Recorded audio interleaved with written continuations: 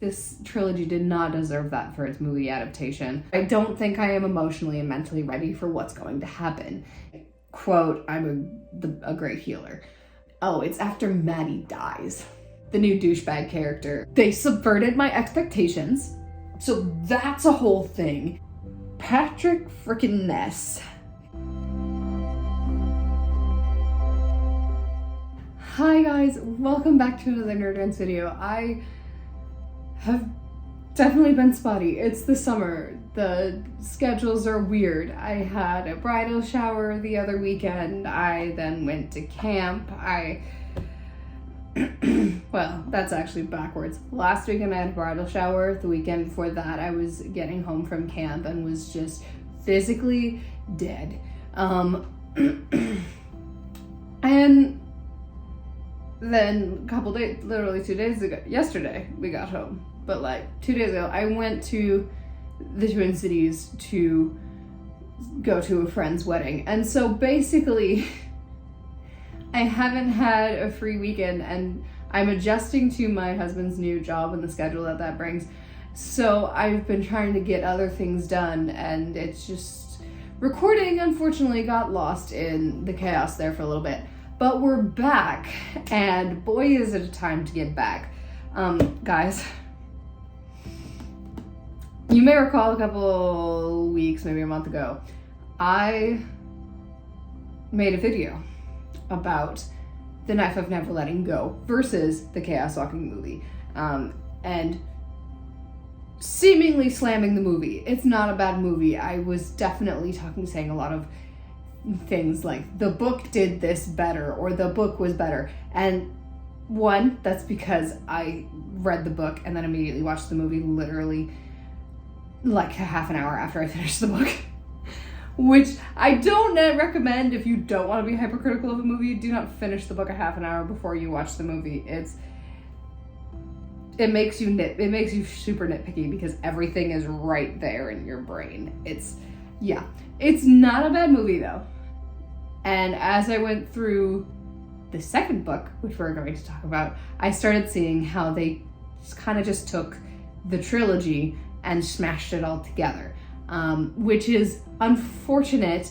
It did not deserve that. Like, this trilogy did not deserve that for its movie adaptation, because it's so good, and I would have loved to see them actually be able to dive into some of the development and the things that were going on, especially one particular character in this book that gets an arc that I was not expecting but love so much, and we don't get that at all in the movie because it's the entire trilogy smashed into a maybe 2-hour movie. So that is my biggest thing with the movie. It's like, it's not bad in the way they do it with smashing everything together. It works pretty well. But yeah, it's just kind of sad that that's what happened to this trilogy, because it's so good. I don't think I'm ready for the third book. Like, I'm so ready to read it, but I don't think I am emotionally and mentally ready for what's going to happen in the third book, based on my reaction to the end of this book. I was driving home. I finished it on the drive home from the cities, and I was staring out the window. Like, I finished the chapter, closed the book. We were like 2 minutes from the house, from the driveway. And I just stared out the window. Thankfully, my husband was listening to his own little audiobook, and so he was zoned in on that. But I was just like staring off out the window, which is not super uncommon for me anyway on a drive, so that also helped. But yeah, I was just sort of processing until we got home, and then I did technically have one more chapter when we got home, so then I immediately threw my stuff where it needed to go. Sat down and went, I need to read this. You enjoy watching the World Cup final. I need to read this last chapter. And okay, we need to get into it before I start like the ask and the answer. One, I'm so happy I have a box set that is all matchy-matchy. My husband got it as a surprise for me, and I didn't notice it was sitting on the shelf for like a month. It was bad. I just didn't look at the shelf it was on, I guess. I didn't see it was there. But like, one, I think the style of the book is super, super pretty. I love it. And I love all the details of, it's kind of got glossy, a bunch of random words on there, but like just glossy and faintly a different color, so you don't see it unless you turn in the light.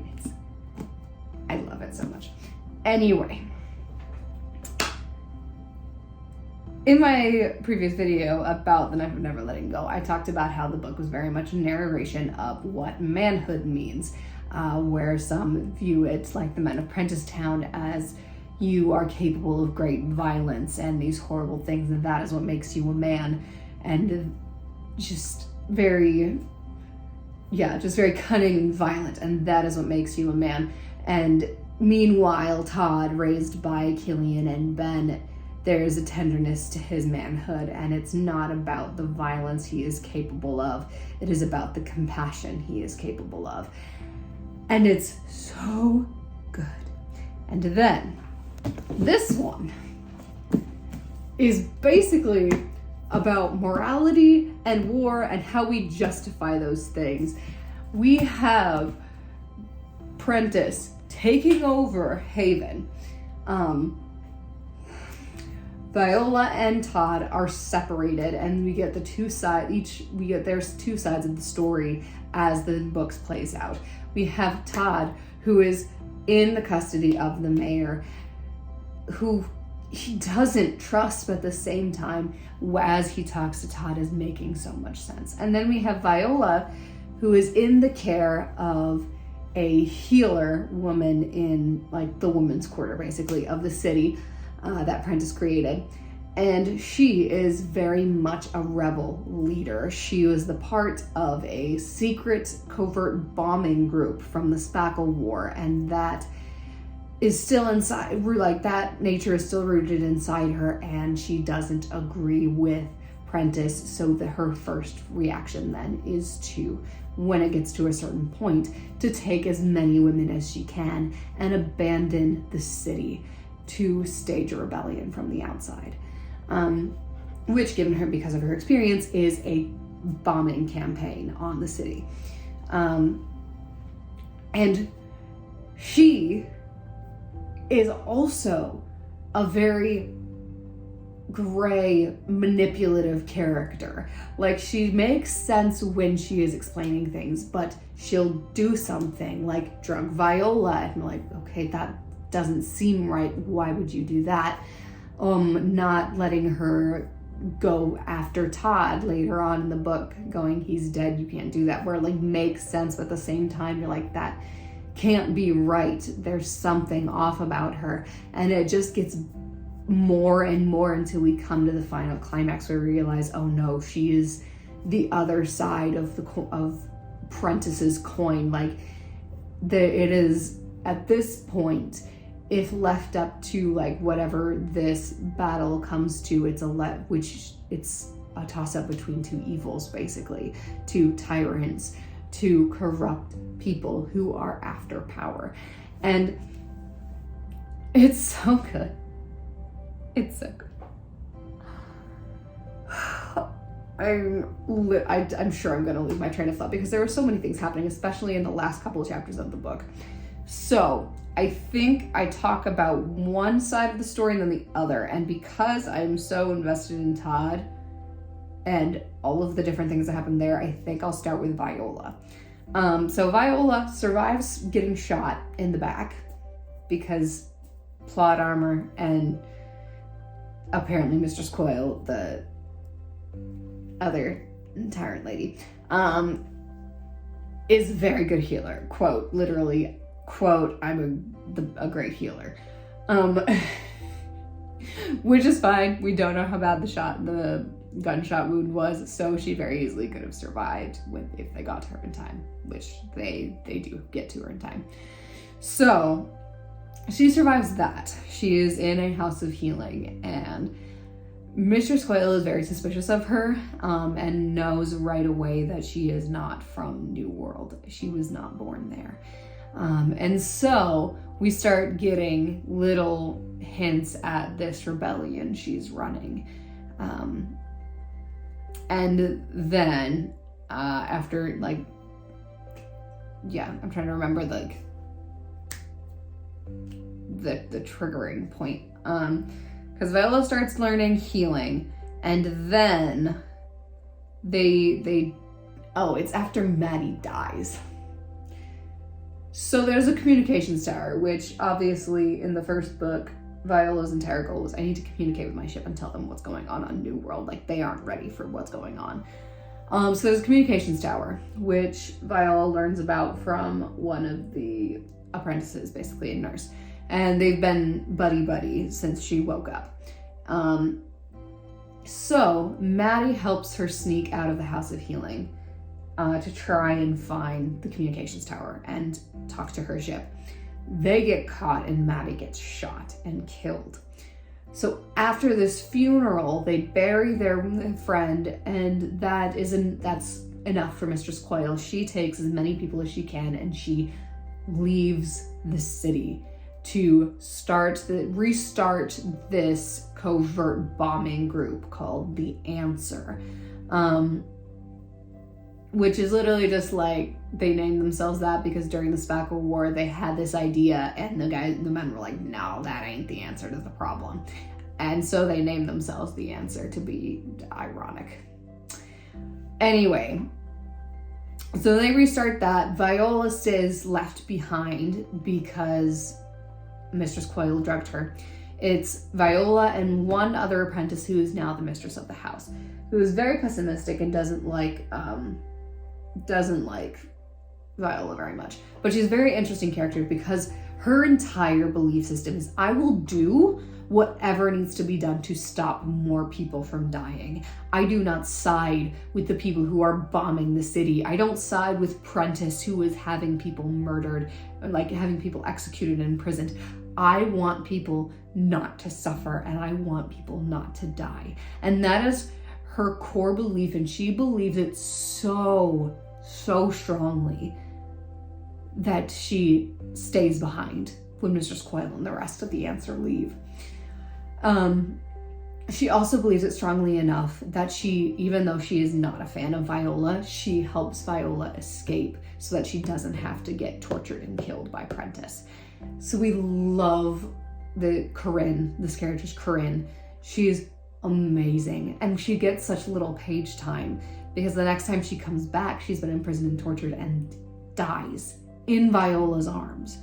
The second of the friends she made in the city who helped her dies. First Maddie, helping her get to the communications tower, then Corinne, who was imprisoned after Viola escaped. Trauma much. But yeah, so Viola then escapes. She tries to get to the communications tower because she and Todd have managed to reunite at this point, and they try to escape. It doesn't work. So she escaped. She tries to get to the communications tower. In the midst of that, the Answer blows up the communications tower so that no one can contact the ship. It now comes down to who gets to the ship first when they arrive.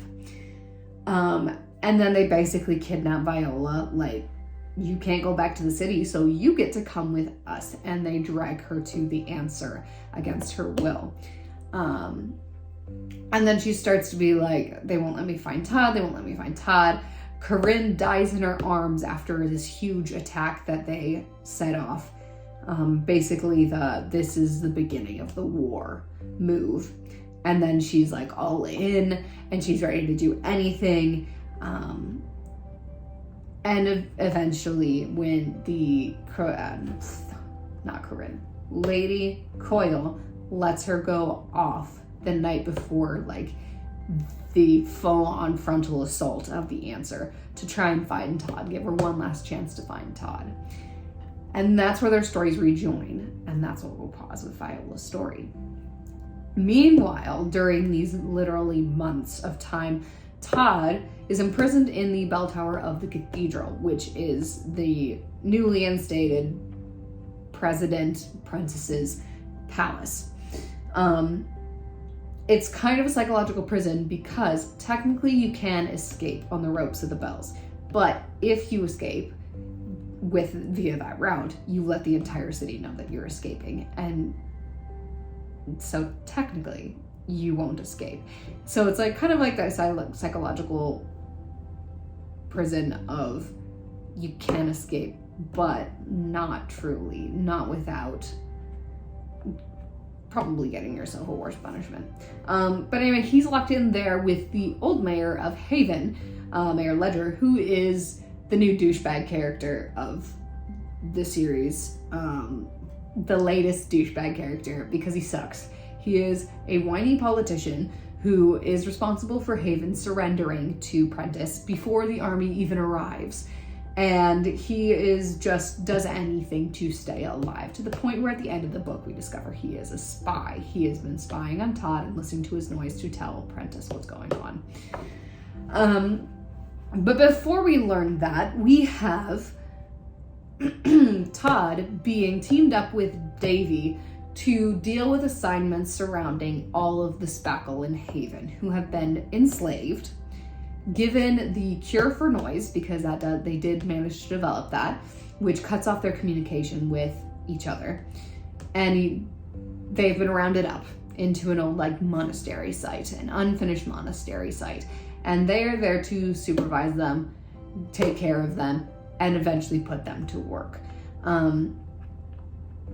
My first thought when we had Todd and Davy come up and be like, oh, we're in charge of the spackle, was Todd, because of his compassion and to some degree his guilt for killing the spackle in the first book, is going eventually to befriend the spackle and lead them in some sort of attack against the mayor. And that's how he escapes the mayor and goes off and rejoins Viola. Okay, that was my initial idea. My initial theory was that he would befriend the spackle and then basically have an army of spackle to help him. They subverted my expectations. He does not befriend the spackle. He is not super nice to them. He's not bad and he does what he can for them, but he is to some degree terrified of them yet. Still scared of them, still guilty enough about killing them. He's like, okay, I don't really deserve your friendship anyway. He does save one or two of their lives, but he also bands them with metal livestock bands with numbers that dig into the skin to the point of causing infection, but they have chemicals in them that don't allow the infection to get bad enough to actually be debilitating to the victim. And if you ever take it off, you bleed to death because it essentially grows into the skin. So these permanent metal bands, and he and Davy are responsible for bolting them to every single spackle in their care. I'm sure they'll hold a grudge about that. They do hold a grudge about that. So yeah, it's not super friendly relations. And then Viola leaves and he gets even more short and angry with them because they had made a promise when they met up, I'm never gonna leave you again. And then circumstances happen and Viola ends up getting taken and he thinks she left him behind. And so he gets very angry with them, very sharp with them. He beats them up, a couple of them up in fits of rage. Almost kills one of them because one of them is smart enough to stop eating the food that gives them the cure. And so it's got noise and it keeps flashing him images of, I'm going to kill you. I'm going to take that rifle from your hand and I'm going to shoot you in the face with it. And also making, presumably, profane comments about Davy and Todd. with their little clicking communication, because that's all they have left when the cure is in their system. Anyway, yeah, so he's not in a great place when Viola leaves because he doesn't know what's going on. There's so much miscommunication, misdirection, manipulation going on that he thinks she left him behind, which is not true. She's trying literally every second of every single day with the answer, trying to get back to find him, but he doesn't know that because he can't, because he is not outside looking in on the story. Anyway, the answer sets off their big attack, the one that kills Corinne, where they rescue a bunch of prisoners, but Corinne dies, and Viola gets all in on the answer. At the same time, the day after this happens and the answer escapes with all of these prisoners, Davy and Todd get sent back to their field of spackle because Prentice goes, something happened with the spackle. So they go back to find every single spackle brutally murdered, tossed into piles like they're trash, scattered across this whole field, just massacred. And there's, the big blue A, the emblem of the answer, painted onto one of the walls. And they're just dead. Every single one of them. Except the one that has started getting its noise back. I think the number is 1017. The one that has a very hateful relationship with Todd, but to some degree sort of respects him for saving his life twice. He is the only one to survive. Todd doesn't know or question how he's alive at this point. He just sends him away when he hears Davy and Prentice coming back, so that he doesn't get killed or forced into more labor or anything else, any other fate that he does not wish on this spackle, because he does care about them, because he cares about everyone and everything, pretty much. And this incident, presumably caused by the answer, this act of extreme violence, breaks Todd. He is sitting in the midst of just heaps of corpses, basically mountains of corpses, and he dies inside. He describes it as he dies inside because he believes the answer did it, and he believes that Viola is a part of the answer, which as of a few hours is correct. She had nothing to do with the previous attack, but he can't help but wonder if she had even a small part in this. And because of the compassion that he did indeed have for the spackle, he breaks. And he chooses to join Prentice, who then promotes him and Davy to kind of officer positions. They become officers of the Ask, which becomes the counterpart to the Answer, and they build this big facility where they torture anyone who is suspected of being a part of the Answer, knowing any information about the Answer, someone they want to frame for one of the Answer's crimes, so that they have someone to execute and rally the people behind. And Davy and Todd become a part of this. He's not directly doing the torturing, but a part of it. And the bands they put on the spackle become something that they are assigned to put on all the women. These bands that can never be taken off without the woman bleeding to death. And Todd does it because he is so broken and he is so dead inside after seeing what presumably the answer did to the spackle, and to some degree believing that Viola was a part of that. And he gets so just like numb and cold inside and doing these horrible things, and he's gets to a point where the mayor calls him his son, his second son,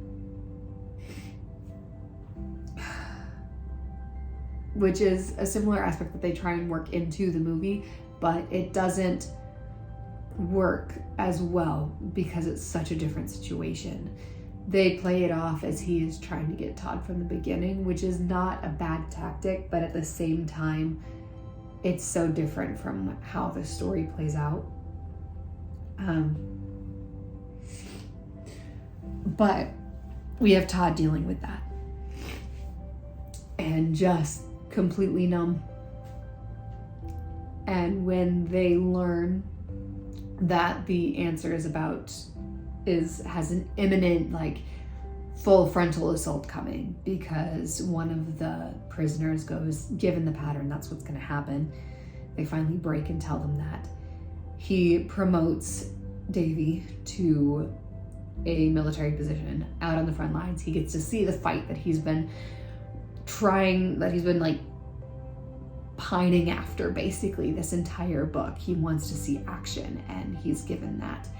And he gives Todd the position of a lieutenant, his personal bodyguard. He doesn't have to go into the fight because he knows Todd doesn't like to kill. They're both promoted, and they're both called the mayor's sons. This happens just before Viola returns for him. And she gets in acting as a celebration for Todd in all of this. And gets in, and they have their confrontation, and she's trying to get him back. At this point, we realize Mayor Ledger is a spy, and also that Mistress Coyle planted a hidden bomb in Viola's bag and planned on using this mission to kill Viola, to kill Todd, and hopefully to kill Prentice. In that moment, Viola realizes what's going on, realizes that Mistress Coyle, who she had come to trust, was willing to kill her to get what she wanted. And in the wake of this betrayal, she saves Todd from the explosion and gets captured and tortured until Todd reveals when and where the Answer's attack is coming from. Because Viola told him to try, her last-ditch effort to try and bring him back was to tell him everything. And in desperation, watching them nearly drown Viola again and again, realizing she was injured in the blast, like both her ankles are very much like broken because a beam fell on them. And in this desperation of not wanting to see her hurt, he just starts screaming the information, wanting it to stop.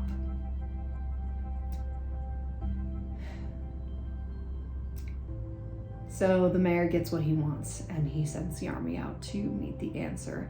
He goes back to his cathedral, leaving Todd to go into this room, the arena of the Ask, as they call it, and he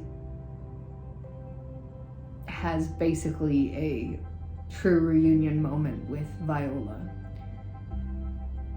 And then all of the things start happening.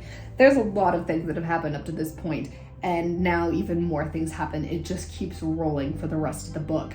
So Ivan, who was a man from Farbranch in the first book, who hinted at wanting to join the army before it even got there, he has been demoted and shot in the leg for letting the communications tower get blown up. He is not happy about this, to the point of using Todd's rank as a lieutenant as a way to be like, as a way to rebel, being like, you are technically my commanding officer. I will take orders from you.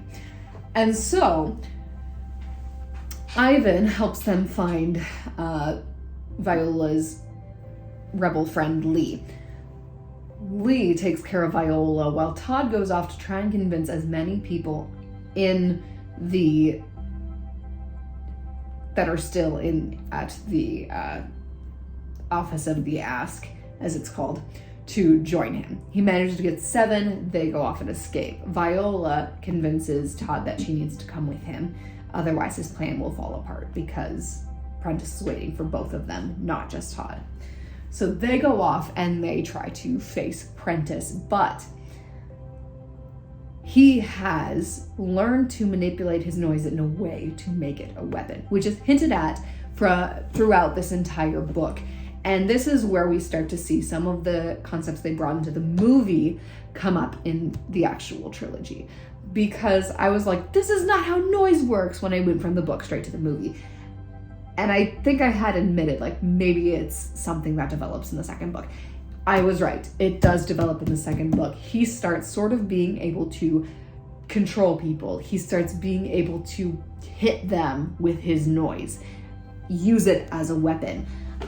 Visual things have not really been a part of it yet.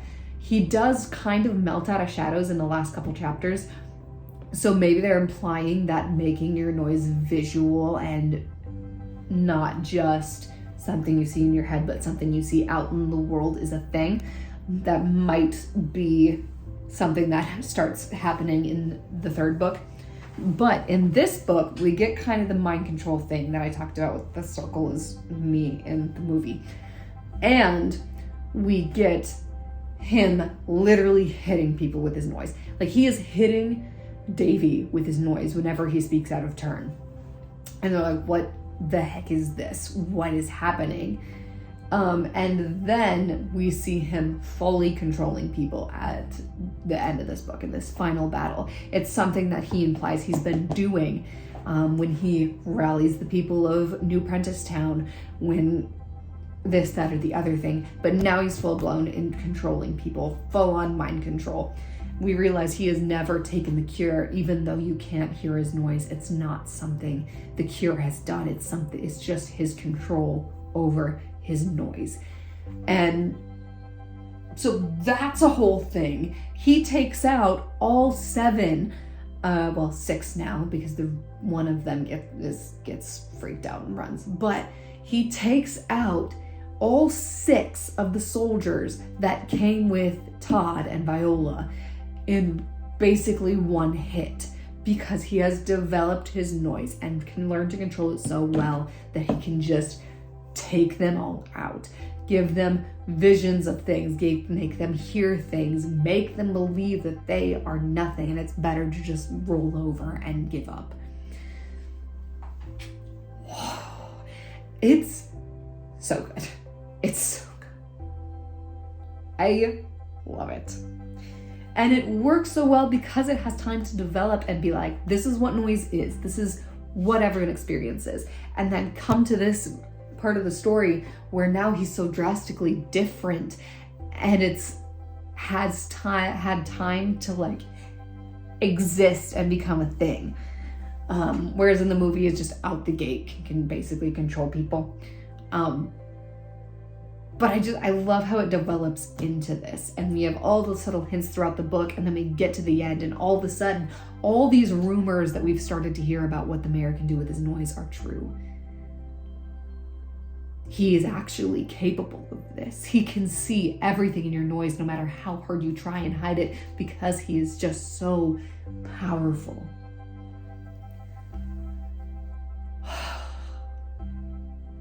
It's so good.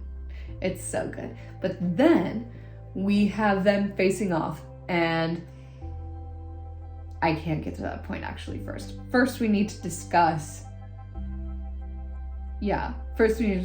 something. No, we'll do the noise thing first, and then we will discuss the other arc thing that I did not see coming. Okay, so Todd, in his stage of numbness, uses the tool that where the mayor goes, I am the circle, and the circle is me. That the mayor uses in the first book. He starts using that as a way to basically drown out everything else that's going on, so that he doesn't have to feel anything in the midst of this. Like, that is all he thinks, that is all he is this mantra.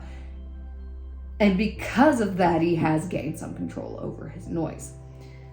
To the point where he manages to attack the mayor with noise. Like, Viola being there, supporting him, pulling him out of the mayor's, like, attacks, gives him the strength to attack right back.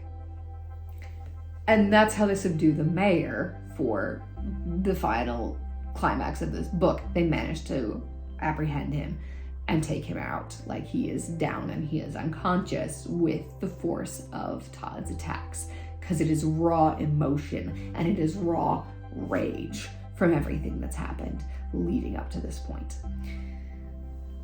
Before he figures out how to attack the mayor, though, something somewhat unexpected happens. So, I talked about a character getting an arc that I did not expect. It's Davy Prentice. He gets a redemption arc. He was the douchiest character in the entire first book. I hated him with a passion. He's one of the characters who is just hateable. He is the villain who you hate.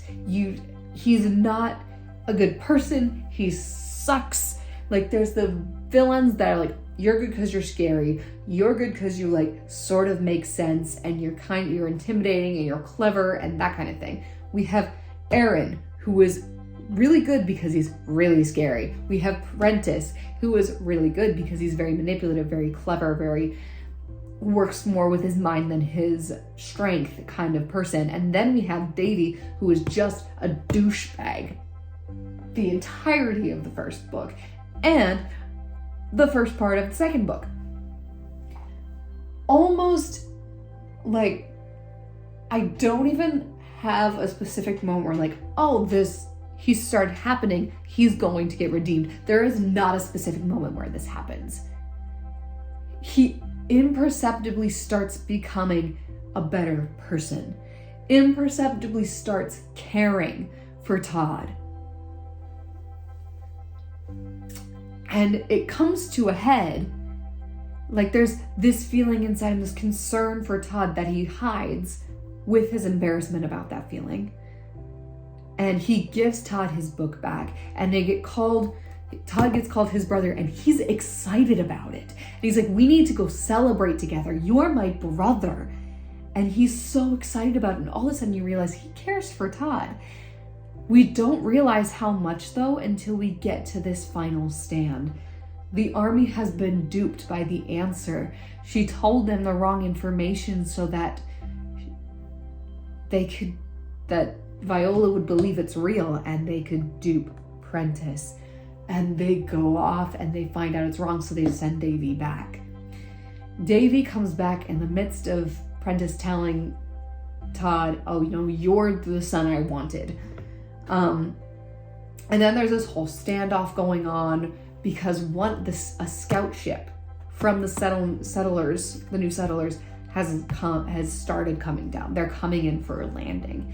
And so now there's this standoff trying to figure out who's going to go there first. Prentice trying to get there, and Todd trying to get Viola there. So we have Prentice, Mexican standoffing, gun to Viola's back.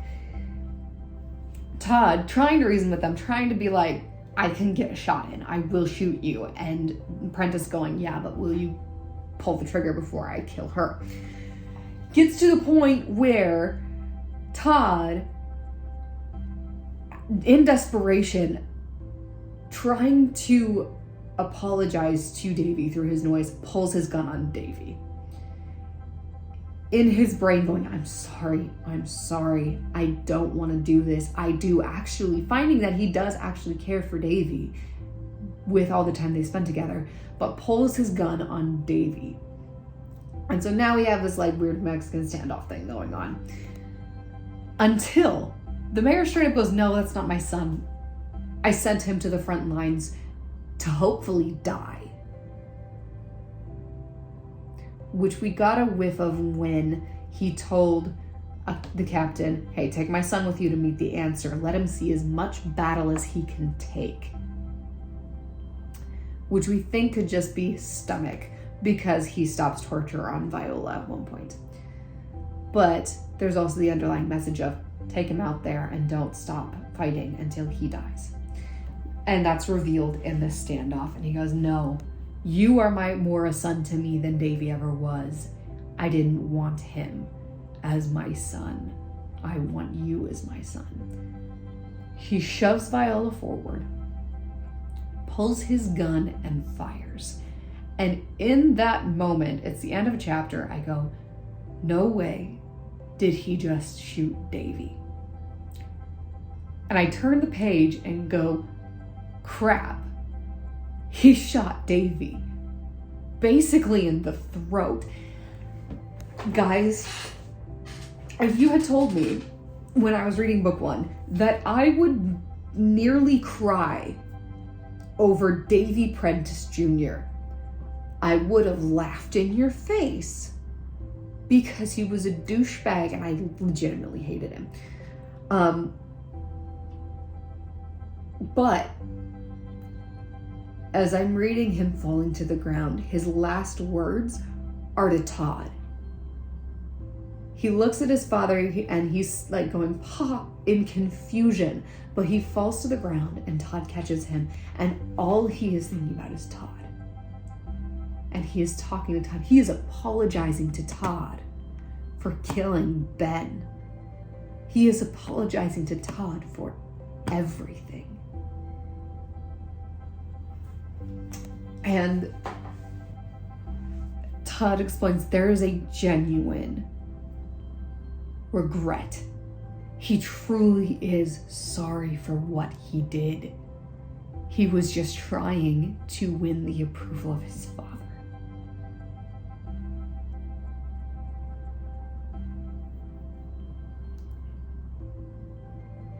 Before we even got to the standoff, we have Davy looking at his father, who's pointing his gun at Todd, going, no, you can't shoot him. It's Todd.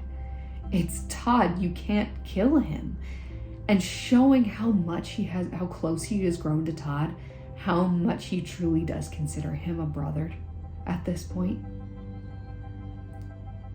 And then dying in Todd's arms, just going, I'm sorry for all of it. And I nearly cried so hard, which I never thought I would do over Davy Prentice.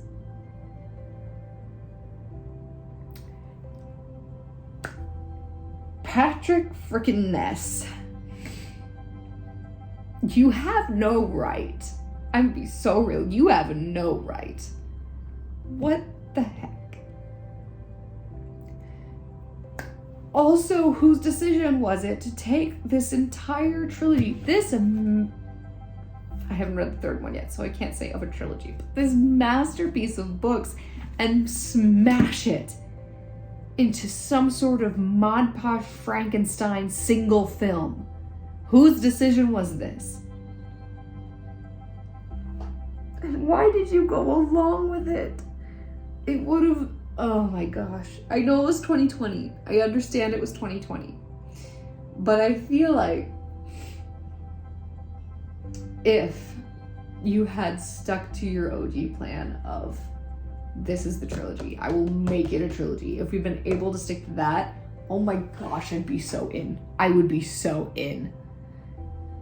Because we have the beauty of Davy's arc where it's happening so quietly that you can't even see it until all of a sudden he's giving Todd his book back. He's excited to have Todd as a brother, and we come to this climax and all of a sudden he is defending Todd, knowing that his father is threatening to kill him, going, you can't, it's Todd, like, it's my brother, essentially is what he's saying. You can't shoot him. And then he dies for it. By his father's hand, he is murdered. And gets to die in his brother's arms. Let's be real, his real family's arms. And I about cried. And all of this, Todd goes ham, takes out the mayor, then sends Viola off to find the scout ship. In the midst of this, we have the Answer working their way towards the cathedral, destroying everything in their path to cement Mistress Coil's power when she gets there. We have Prentice's army returning from the hill, realizing they have been tricked. And all of a sudden, this horn blows. And Todd takes the binoculars from Prentice that he's been holding on to from Viola's bag. And he looks at these lights that we see coming down the cliff and realizes there is an army of spackle coming. 1017, the sole survivor of the spackle genocide a few months ago, went back to his people and rallied them for war.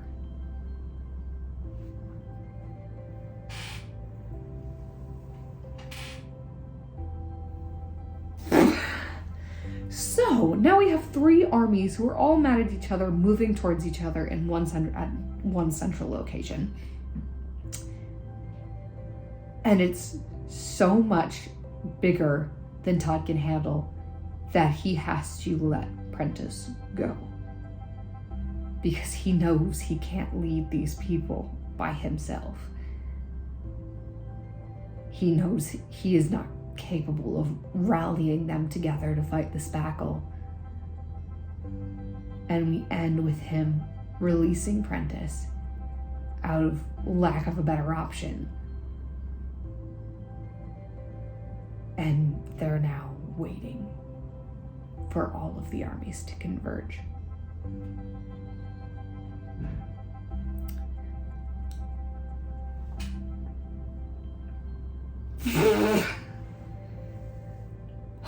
So, lots of things happened in this book. I love it so much.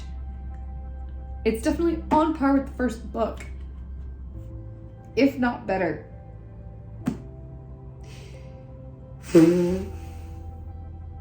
I am ready to read the third one now.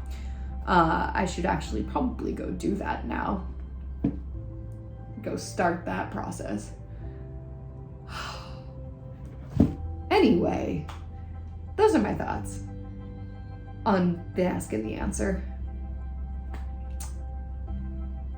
Feel free to continue discussing things, whether it's things I missed or things you found interesting that I said, and we can continue that discussion in the comments. I'm so down for that. I post videos on this channel most of the time on Saturdays. Sometimes on my audiobook channel Thursdays. I'm not sure what I'm doing on that channel specifically right now. But yeah. Please nerd out with me in the comments. I am processing. I'll see you guys next time.